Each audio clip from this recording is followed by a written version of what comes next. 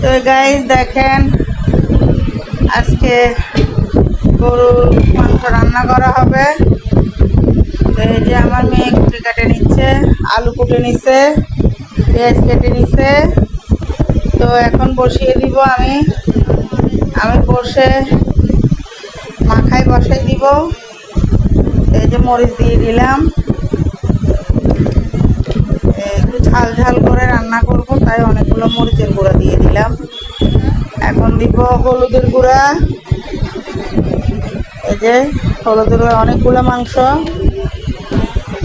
তো সাথে একটু আলুও দিচ্ছি। এখন দিয়ে দিলাম লবণ।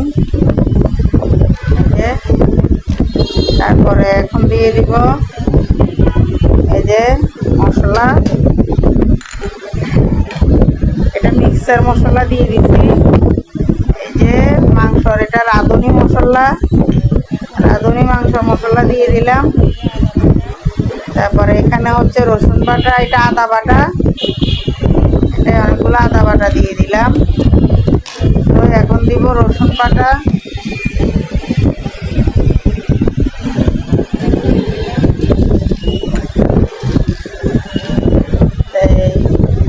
এই যে এখন মাংসটা দিয়ে দিব।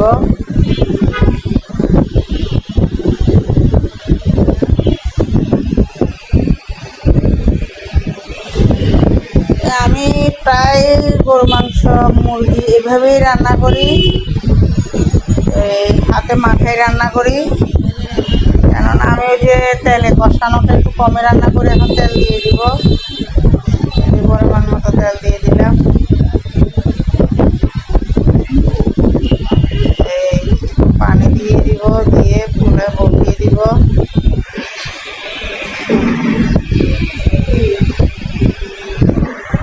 এই যে আমার মাখানোটা প্রায় কমপ্লিট। একটা হাতটা ধুয়ে ফেলবো, এখানে খুব বেশি দিব না পানি। এই যে এখন বসিয়ে দিব, চুলায় উঠাই দিব।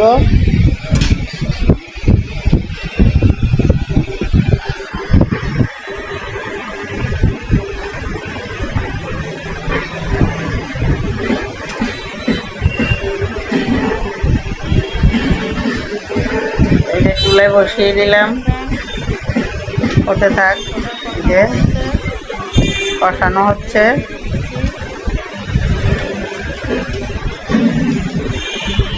এইভাবে রান্না করলে গরুর মাংস অনেক মজা হয়, তাই আমি এইভাবেই রান্না করি। তেলে কষানোটা কম রান্না করি, একদম কম রান্না করি না বলতে চলে। এই যে আলু কেটে রাখছে, আলু দিব সাথে। এই চলেন তরকারিটা কেমন হচ্ছে দেখবো এখন।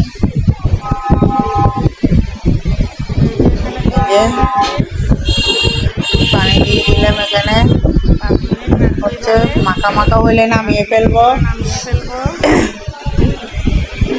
একটু বেশি করে ঝোল দিয়ে দিলাম, মাংসটার জন্য আরেকটু ভালো করে সিদ্ধ হয়। আসলে গরু মাংস আমি একটু শক্ত টাইপের খাই, আমার বাসার সব একটু নরম চায়, তাই মানে অন্যরকম হয়ে যায়। সবাই ভালো থাকবেন, আল্লাহ হাফেজ।